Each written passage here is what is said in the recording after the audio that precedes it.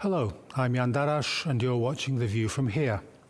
We're going to be taking a comparative view this programme, and we're going to be comparing modern Europe, if you like, the institutions of the EU, with the late Roman Republic. And I'm very pleased to have on the programme Professor David Engels, Professor of Roman History at the University of Brussels, and also analyst at the Institute of the West here in Poznan. So a very warm welcome to you, Professor. Hello, thank you very much for your invitation. Looking forward to our discussion. So am I. But first of all, as usual, a short video essay narrated by my colleague Marek Stiel-Zieliński. It's said that while history may not necessarily repeat itself, but it does rhyme. This is to say that events, periods, the decline and fall of civilizations, nations, have certain common characteristics when looked at from a historic distance of time. An empire doesn't necessarily need to have an emperor to be called an empire, and to be compared to one that does. The Athenian Maritime Empire of the 5th century BC comes to mind, or maybe the Venetian Empire of the 15th. It's not just an empty parlor game either, but applied history, giving us pointers as to how things might evolve whilst keeping in mind that situations are not quite the same. Comparing two superficially different systems such as the late Roman Republic and today's European Union may not be as inaccurate as first we think. Take globalization. Today this means English, then it meant Roman. The Roman citizen too worried about his place in the scheme of things, immigration, the decline of the family and the falling birth rate, the prospect of war. We look for models in later organizations to try and make sense of the crisis of the European Union, the Holy Roman Empire or the Austro-Hungarian. We don't just look at what made them successful. After all, they lasted for centuries, a point that even the most ardent Europhile should remember with humility. Okay. Professor Engels, in your work, in your interviews, you compare the modern European Union with the late Roman Republic. Could you give us an idea of what you're trying to do by doing this, and also pick out some points of comparison which are valid?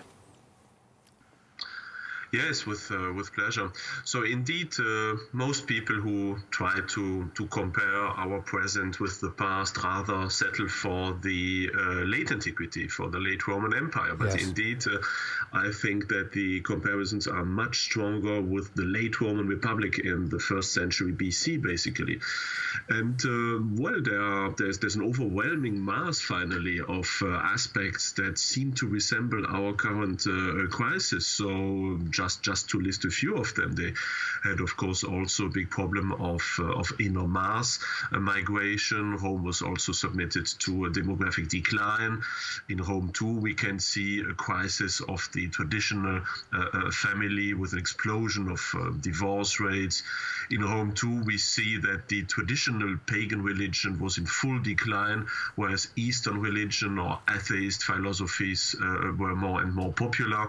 In Rome too, we see a phenomenon of globalization. Now we know it today as Romanization, as we should perhaps also call our globalization rather as Americanization. Yes. In Rome too, there was a big debt crisis. There was a crisis also of identity, what it meant to be a Roman or at least a civilized human in comparisons to the many other peoples of the empire. In Rome too, we see a decline of the traditional multilateral and participative republican structures and the emergence of a very small but powerful economic as well as political elite. In Rome too, we see asymmetrical wars, and finally, after this massive social polarization, which also shaped the late Roman Republic, we see the rise of populism, and then ultimately all this combination of inner and outer crisis led to massive civil unrest and even civil war. And I fear that that is more or less exactly the point where we stand now today in the Western world. And these comparisons, these points of comparisons, on a general level, are these things?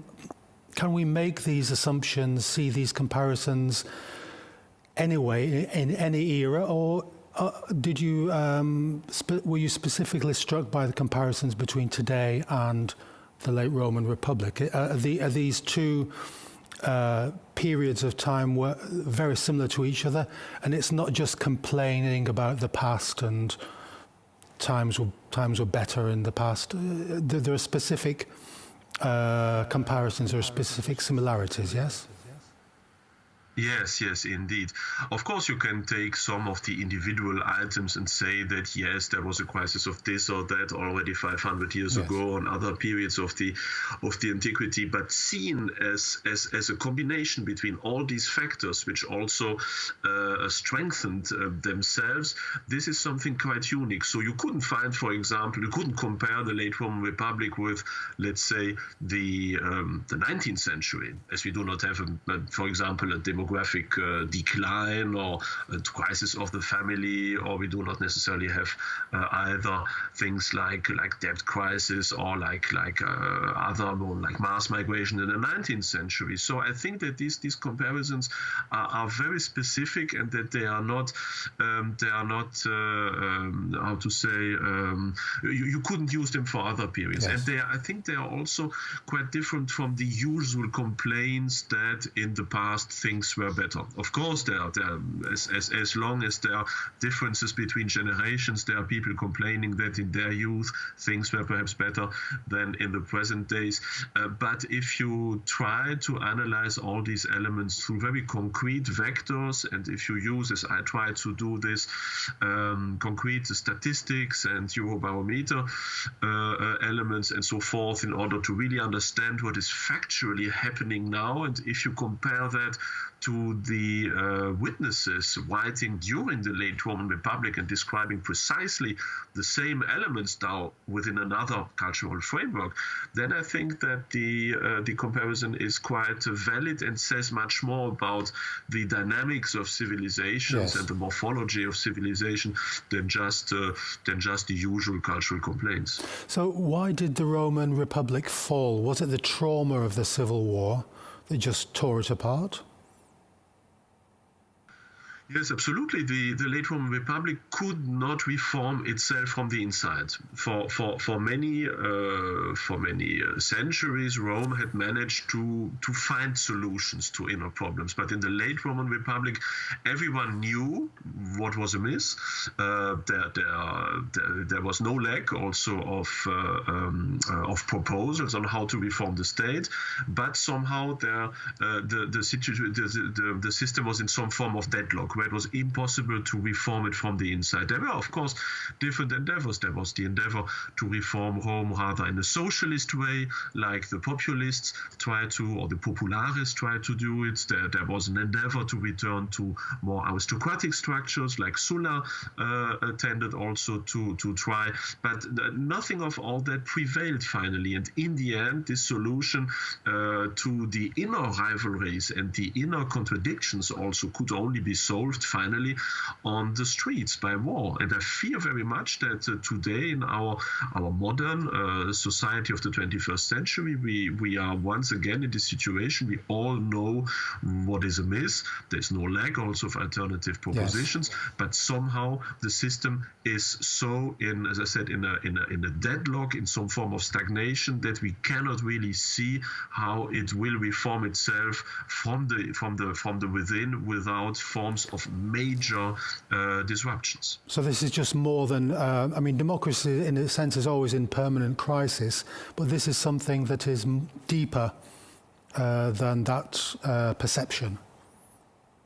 Yeah, absolutely. I would even say that the crisis of today, as of the late Roman Republic, is in some way a crisis of democracy, or at least of popular participation. You have to see that the structures which the Roman Republic developed, as well as the democratic structures we developed, arrived at the point where they were not adapted anymore to the inner and outer crisis.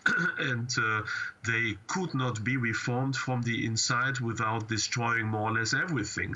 So in Rome, for example, there was a big problem with the annuity of magistratures, with the manner that also the people had to assemble themselves in order to vote. There were crises also to what extent really military power should be combined to political power, and the need to efficiently address the inner and outer crisis propels the Roman Republic into a series of choices where the traditional republican structures couldn't be held up anymore. Yes. And I fear that also today we are in a very similar crisis, as we have a so complicated democratic system with so many instances which can contradict each other. We are also in the permanent phase of electoral campaigning without nearly any possibility of really, yes, once in power, also using this power on a long-term basis, that I fear that we are also absolutely blocked in order to address these major crises like our mass migration, like the rise of China, and things like digitalization and so forth. And the Roman citizen was prepared to give up certain rights, certain privileges for order. He was prepared, he wanted order rather than chaos. And this is, as I understand you, that one of the reasons why the empire came about. It was this participatory democracy isn't enough. The ordinary citizens, the subjects need stability, order, and the Caesars were able to give them this particular system. Absolutely, that was ultimately the result.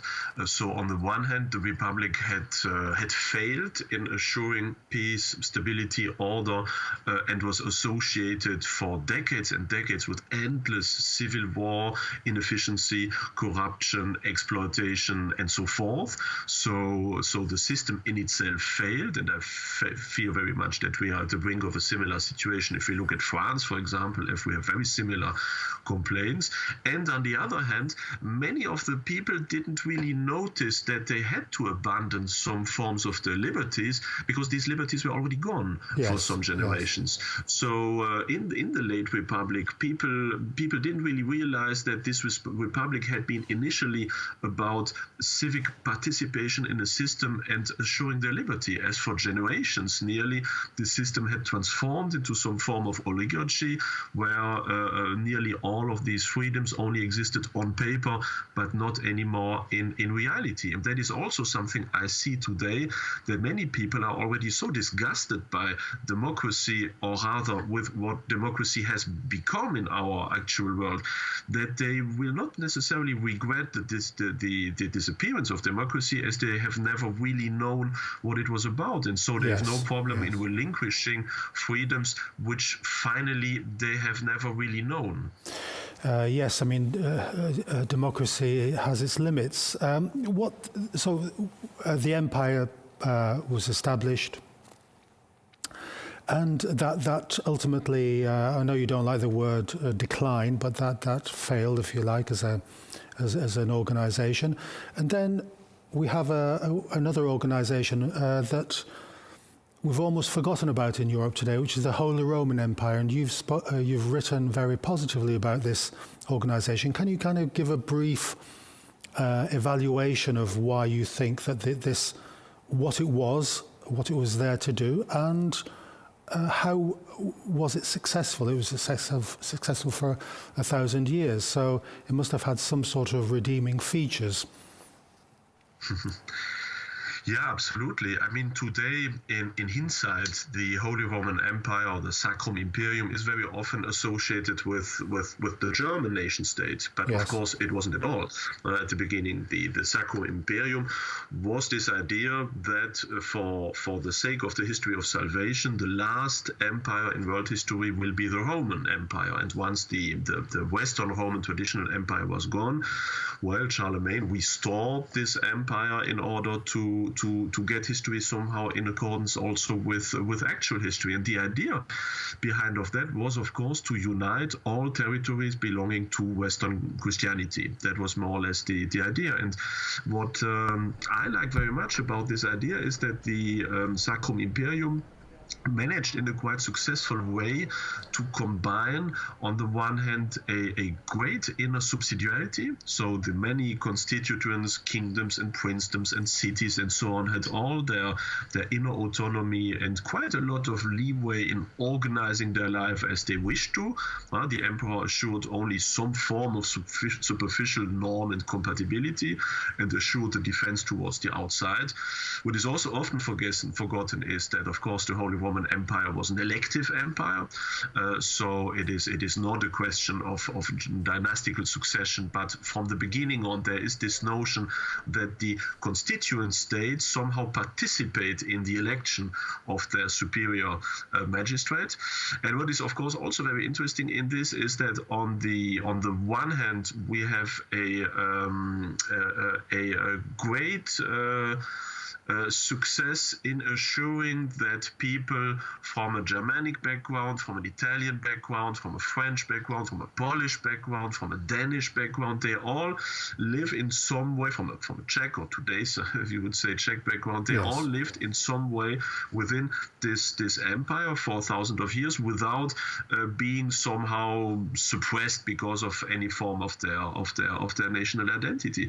And finally, as I said, on the other hand, also what I think fundamental with this empire is that it was not you could say a purely rational and laicist state, but ultimately was founded on the transcendent relationship between even this idea of empire and Christianity and God on the other hand. So it had an ulterior motive. It was not just about administration and commonwealth, but it had also a superior aim. Of course, many of the very positive elements of the Sacrum Imperium could also be applied, and I often insist on that, on the Polish-Lithuanian Commonwealth, which in many respects corresponds exactly to the structure of the Sacrum Imperium. That is why I see both of them as an ideal framework, as an ideal example of how to reform one day the European Union in order to bring or to solve many of the problems which are riddling for the moment its structure. But have we lost the unifying factor of Christianity or God in all this?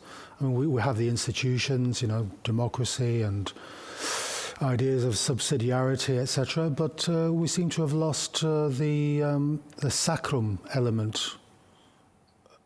Yeah, absolutely. The European Union has lost, in the beginning when the European communities were founded, they were founded from a deeply Christian point of view, even Catholic point of view at that moment, and most of the founding fathers in founding nations were Catholic state, even Western Germany at that period. So at the beginning there was an obvious commitment of this European destiny of our different peoples and its link to Christianity. It's a very positive attitude towards Christianity. Most founding fathers being also believing Catholics. And of course, all that has been lost if you think only about the recent events where now, even in the guidelines of the European Union, you should avoid speaking about Christmas or even using Christian names as names in any text in order not to offend other people. And so it's really funny to see that, of course, most of the also European politicians nowadays tend to congratulate our Muslim citizens or other citizens for their religious festivities, but you see absolute silence when it comes to Christmas or to other feasts. So this is just a tiny example, but overall it is obvious how the European Union is not only religiously neutral, but even hostile towards Christianity. You can always think about if you think about the constitution at the beginning of Valéry Giscard d'Estaing, who also wanted to introduce the reference to Christianity in the founding identity values of the European Union, and all of this has of course been slashed. Yes. Just to finish off. what is this? You've proposed this idea, posited this idea of Hesperialism. Could you explain what it is, where the word comes from, and how this fits into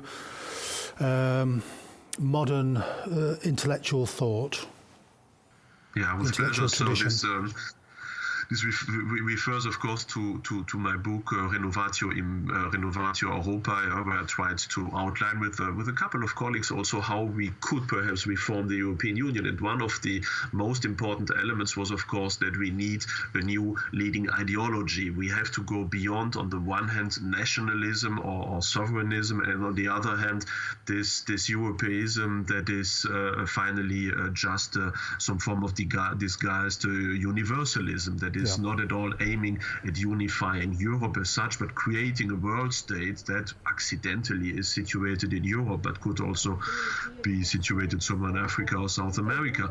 And so that is why I thought that what we need absolutely is a combination between, on the one hand, a commitment to the European unification, that is a commitment that we need to work together as European nation, at least in some form of core elements like outer defense, like some form of harmonization, like defend against crime and so forth.